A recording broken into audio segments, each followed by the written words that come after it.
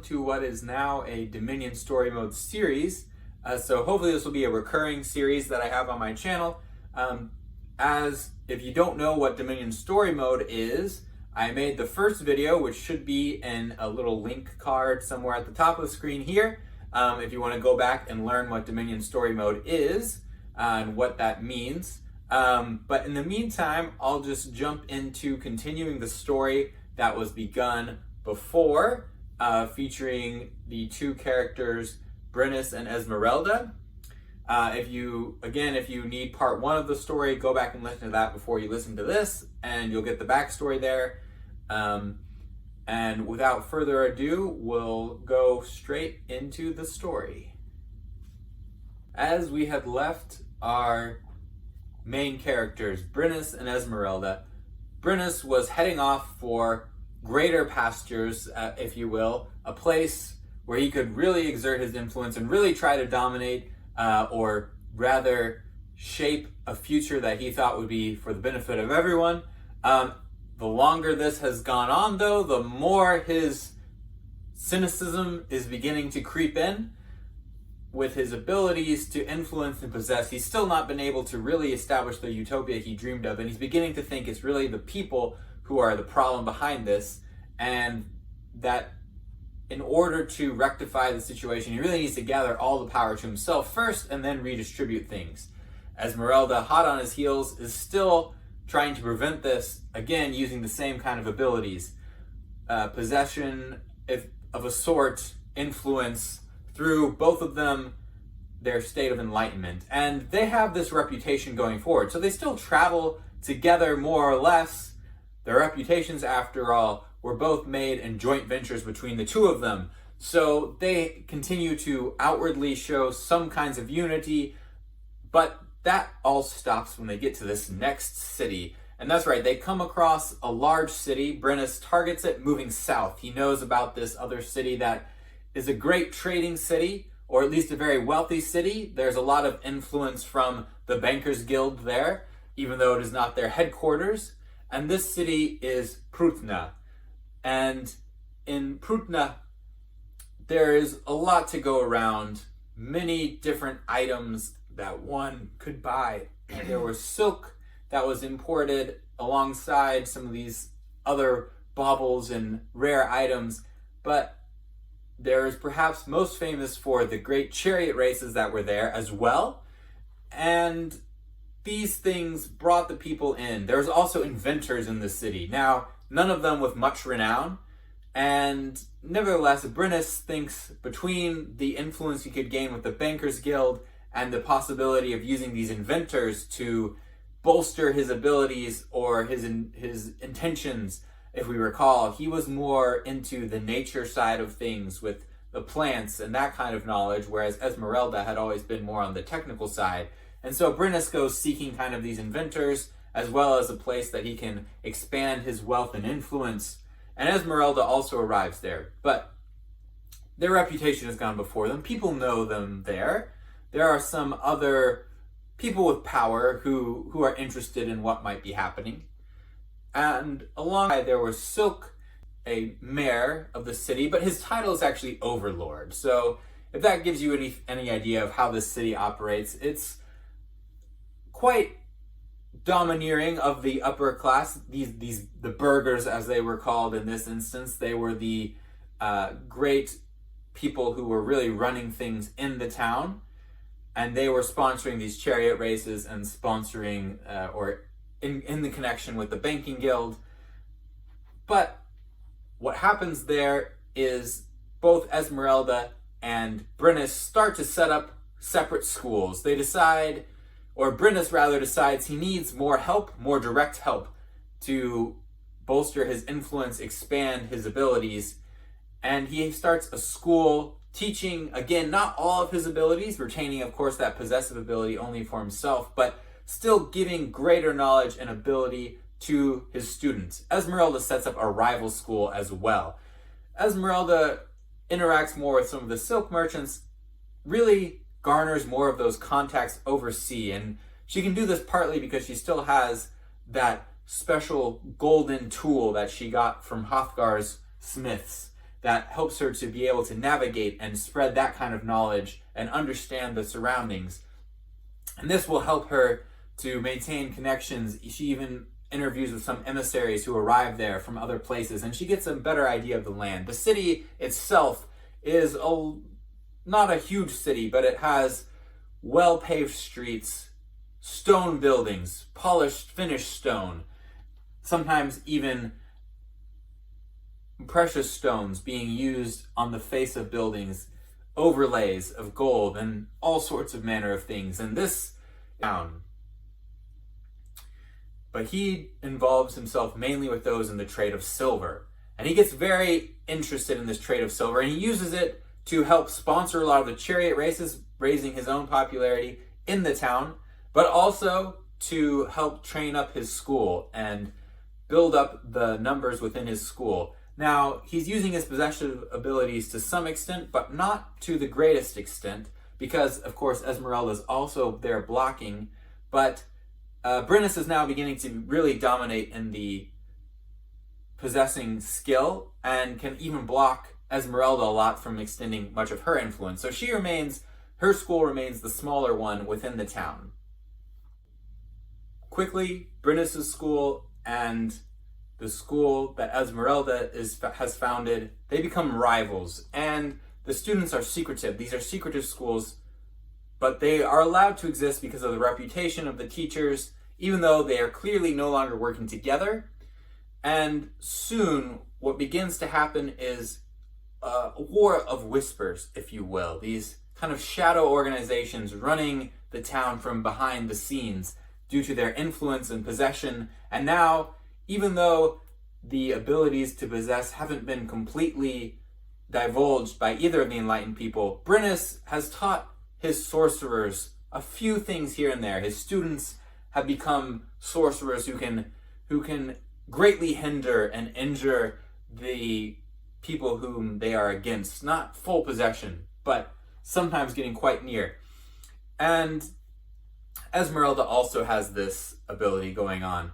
But as we were just saying, Esmeralda turns more toward the outlying villages and manors around Prutna because her influence is not great enough to really stop Brennus from accomplishing what he wants to in the city. And she turns to the Marquis de Prutna, and of course he is a nobleman who's associated with the city. The city is a free city, but he still kind of retains a hereditary lands around the city, and this is important for his own influence, and Esmeralda will partner with him in trying to stop Brennus. For now, she doesn't divulge his secrets or share them, and this helps her to build up her own resources. And the Marquis will sometimes stay in town, sometimes in his manor, and he can, when he wants to, pull in a vast amount of resources and kind of give them to Esmeralda, donate to them to her school. Now, sometimes what happens is the sorcerers and the shadow kind of warfare can become very out of control in this situation, and Brennus is really trying to hone his contacts within the Guild of Bankers, the League of Bankers, I should say. And to do this, he has to take out those who are thwarting his plans. And even in one instance, one of his sorcerer students is able to influence the Marquis and steal, or redirect, I should say, rather than steal, right? He's not overtly doing this, but redirect the resources that the Marquis was trying to give or had been planning to give to Esmeralda's school. And also, in the same time, while the student is doing this, who is this sorcerer student, at the same moment, Brennus himself has begun to influence and possess a lot of influence over the Overlord. Now, this Overlord, as we were saying, was already a fairly corrupt person, so he doesn't need much persuading, and even though he does get possessed in one instance by Brennus to pass the legislation and give Brennus the seal that he needs to be able to contract certain business agreements that would otherwise have been out of bounds according to the city's regulations, he still is able to do this. And within that, though, Esmeralda she's really started to like this Marquis. And he seems a very good-hearted person. He's really looking out for those around in the villages, puts a lot of time and effort into making sure their lives, his tenants, and all of them are well pleased with what's going on, have good living situation. And Esmeralda sees this is the way forward, is to work with this Marquis. She gets along with him. They have similar goals in what they want, and she eventually lets in the Marquis on some of the abilities that she has of possession, even admitting, yes, at times I have possessed you, but the Marquis hears her story and realizes, okay, your study of the earth and metals and things like that, it's all very well and good, but you need more than that. You need to study the one who made all of these things, the earth, the metals, everything, and to grow in that kind of way. And he has other contacts that are in cities beyond the sea who can explain it better than he can. And Esmeralda starts investing in some of these explorations to kind of learn more about this way of thinking. One other thing, one of her students, though, is tired of getting pushed around by Brennus's people. So one day he manages to sneak into Brennus's school and uses his abilities, his influence that he's learned from Esmeralda, to turn two of the students against each other. And there's a fight within the own school of Brennus, of his own students. One murders the other in this clash that has been egged on by one of Esmeralda's students, and he sneaks out and gets away. Esmeralda is not pleased with this, but she doesn't know how to stop her own school from becoming like Brennus's. Her students have decided to fight fire with fire. She has other sorcerers. Now, most of what she's taught them, though, is for self-defense. And indeed, some of them become expert at being able to thwart the abilities and attacks of Brennus's sorcerers, even protecting those who they would target, preventing different curses from coming through and different manipulation from occurring. And this happens a few different times. So Esmeralda feels fairly secure in her students there. But for all the work that was put in and all the resources the Marquis was able to bring to bear, Prutna's pretty firmly under the control of Brennus at this point. And even though Esmeralda's students are still maintaining a resistance and the city is not completely dominated, Brennus, though, feels, okay, I've made about as much progress as I can within this city. I need to go and really make my push for true greatness, a larger field, a larger place to dominate, and be able to then completely reorganize things in a way that will make it better for everyone, at least in the way that he sees it and the way that he values it. He's given up on the inventors in the city as well. They were not able to make up the difference between his knowledge of the physical world, especially metals and things like that. They weren't able to come through for him. So he's actually secretly dispatched several of them. You can see how his regard for human life is diminishing in the face of his idealization of the best life. But Esmeralda, with her contacts and fleets that have stopped in at this trade city, she's managed to figure out a way past all this. She knows where Brennus is going to go next before even he does. And so she already has contacts in the great capital city of the nearby empire. And this empire is a far-reaching one, and there's a king's court in this empire, but this is a corrupt capital. This is already a corrupt city. There are charlatans, mountebanks all throughout the city. So as Brennus heads off to this capital city, just known as the city, and as he approaches the city, the Marquis de Prutna, who's accompanied Esmeralda on this journey to the capital, knowing about her abilities, which she has largely set aside at this point. She realizes she cannot defeat Brennus in this game of possession and rivalry with these separate schools and these separate influencing abilities. So she's going to do more of traditional diplomacy, face-to-face discussions, rather than manipulation. And she's able to get in good with the king's court. The Marquis de Prutna already had a spot at the king's court in this capital city. And he also knew the treasurer of the city. Now, the treasurer was important because she held the key to the vaults of the king. And it was up to this treasurer. She was the one who was allowed to dispense with the king's things as she saw fit, according to the laws that had been passed and the decrees that had been made by the king. Now, many of these decrees, as we were saying, were corrupt because he himself cared not for what was happening in his kingdom. He was very hands-off and let many of his advisors who were corrupt do what they wanted. And the treasurer saw all this, but didn't feel good about it, we can say. But she went along with it, seeing no other alternatives. But then the Marquis and Esmeralda get there first, even though Brennus leaves a little bit before. But because of the golden tool of navigation and travel, and that gives Esmeralda insight into the lands and the seas around, she's able to get to the city before Brennus and kind of set up some of her own contacts.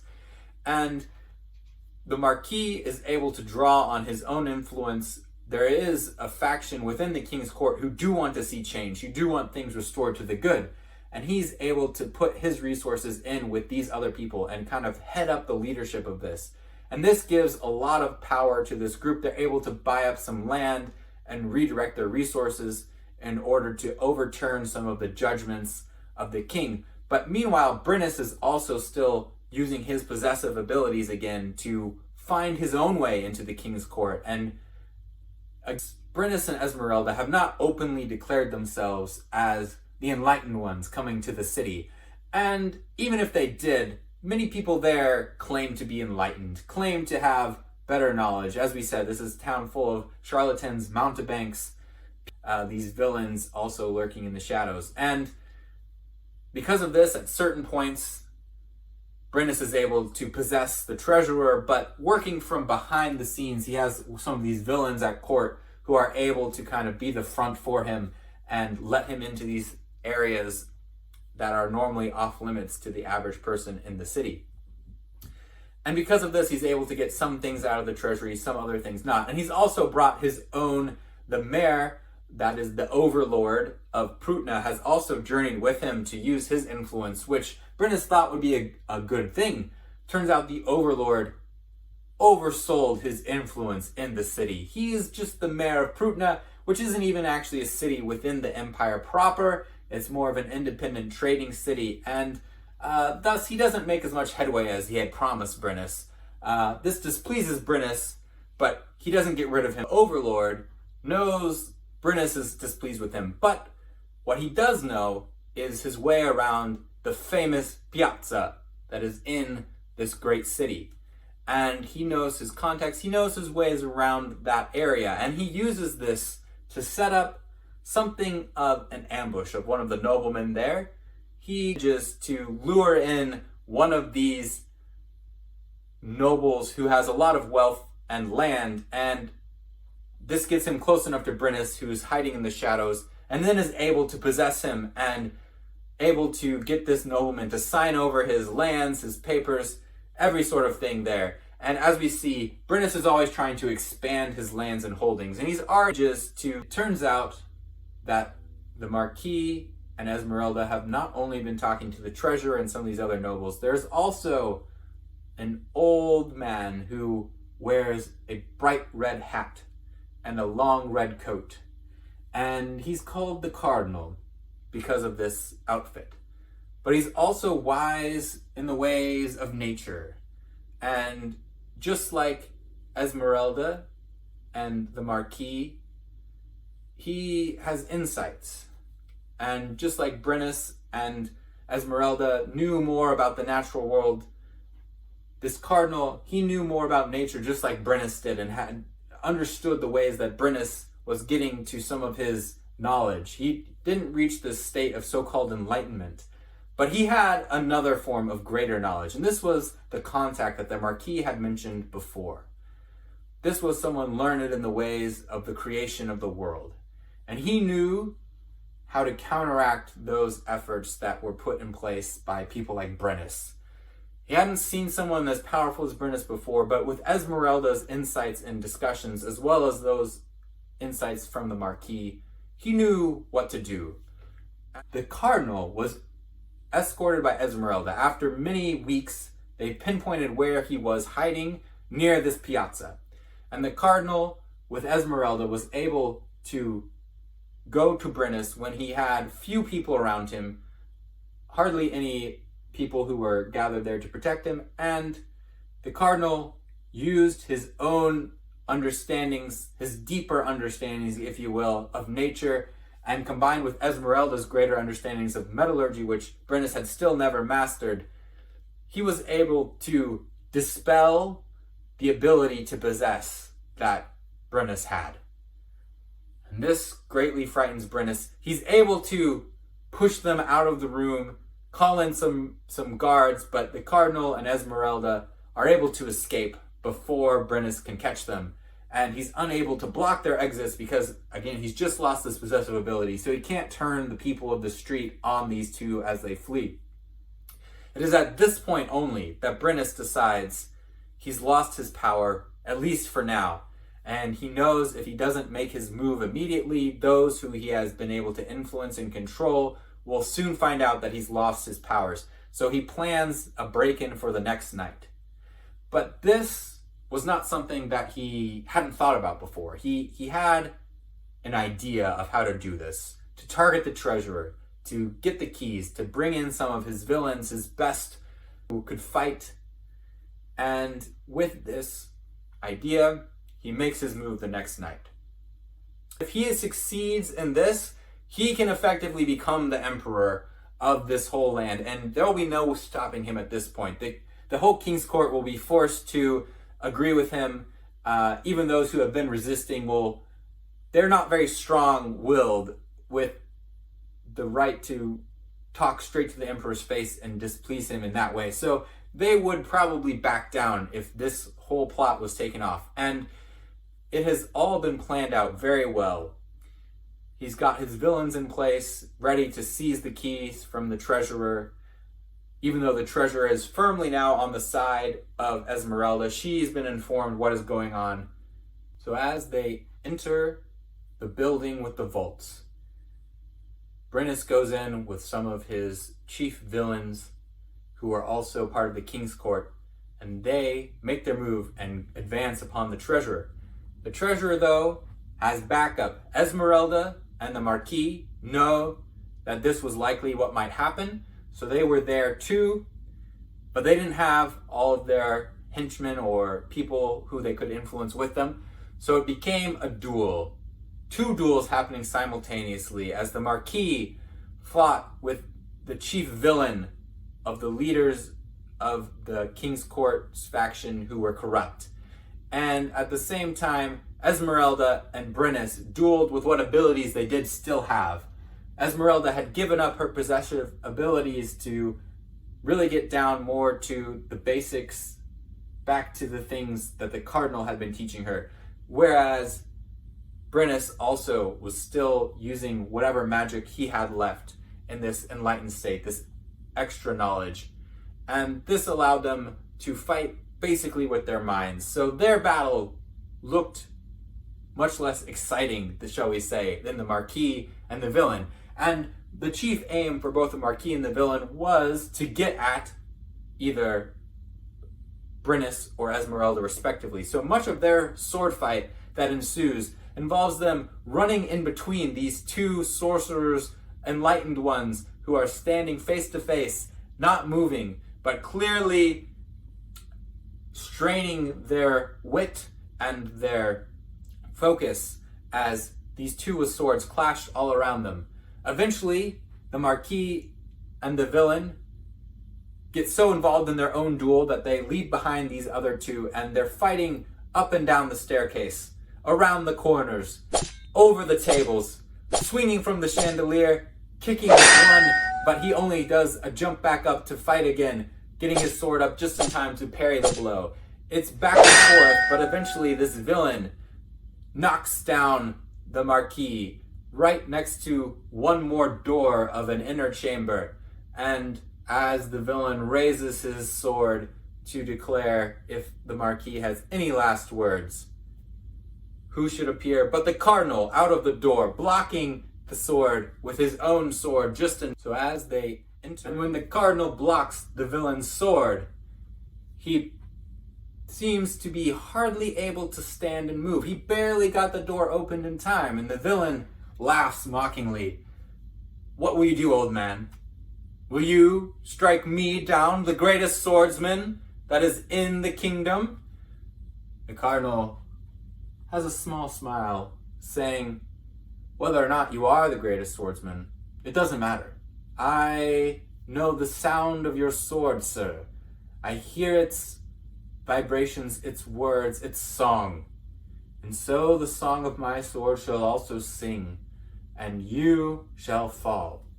The villain takes no note of these cryptic words, but moves in a flash of parries and blows, sudden and quick. Despite seeming hardly to move at all, the cardinal blocks all of them. And what can hardly be seen as anything but miraculous, at least to those who don't know the ways, the true ways of the material world and the metal, the deeper realities that connect them through all things back to the one who created them. It seems as though this is impossible. And yet, when agility was required, the cardinal had it. No matter how fierce and how strong the villain moved with his sword and his attacks, the cardinal was able to dodge, was able to defeat his attacks until, with unmitigated fury, the villain threw himself at the cardinal, and the cardinal, with a quick sidestep, allowed the villain to impale himself on the cardinal's sword. Without even getting a scratch on himself, the cardinal had defeated the villain. He went to go help the Marquis up, and he told the Marquis, "Hurry quickly back to the chamber where Esmeralda and Brennus are still facing off. I will head off Brennus, for I know he thinks that he has an escape plan. But despite all of his well-laid plans and all the people who he has in position who are just waiting for the announcement that he has taken over the kingdom, that shall not come to pass." Brennus, of course, being the resourceful person he is, he has an escape plan, and he runs and he makes an exit out of an upstairs balcony, but he has a rope ready to go. And as he makes his way down, he thinks that he has outwitted them because only the Marquis had come back to Esmeralda. But when he gets down to the bottom of the balcony on the ground floor now, he's jumped down, the cardinal is there to run him through. And as the Brennus is stabbed and is calling out his curses upon the cardinal instead tells him that his greatest mistake, and the greatest mistake Brennus was making, was he was looking at the material world and trying to manipulate it and conquer it and make it better, but only better, not for how the world itself was, but how he could envision it to be and how he could remake it in his own image, instead of the great image that was already being reflected in the trees, in the herbs, in the metal, the gold and the silver. And this was his downfall. So then the cardinal was able to defeat Brennus, and he was able to defeat the villain and all of those who were trying to take over the king's court. And thus the city, though still rather corrupt, went back to its status quo. Meanwhile, the Marquis and Esmeralda, exhausted after this time, Esmeralda didn't know where to go. She didn't have another mission. But the Marquis had grown to love Esmeralda in this time together. And being the true gentleman he was, he hadn't expressed these feelings until the mission was done, because that was the number one priority. But now he invites her back to his own mansion, and they're married in due course. And this is the ending to the tale, at least to the tale of Brennus and Esmeralda. Thank you for listening.